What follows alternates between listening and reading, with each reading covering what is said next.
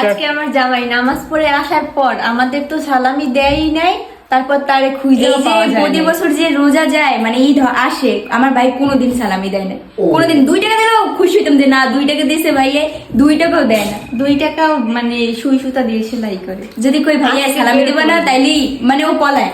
আজকে বের করবো ওর পকেট থেকে টাকা। আরে না, জামাই বসে আছে। ভাই ও পাও দিতে না মাও। না, তোমার তো পাও ধরা যাবে না, ওয়েট নষ্ট করা যাবে না।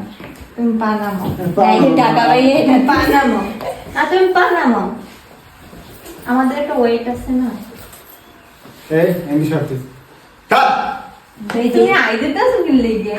কাট আরে এই ঈদের দিনে সবার সাথে ভালো ভালো কথা জানো। না, হাতটা ধরো। তুই আর দশ কর হাত ধরো শক্ত করে। দাদা গাইস কি কেমন আল্লাহ এখন কি পা ধরে ঝুলে পড়ে থাকবো? পাইছি একটা ফোন, এটা বিক্রি করলে মিনিমাম 6 থেকে 7 হাজারের মতো হবে। এটা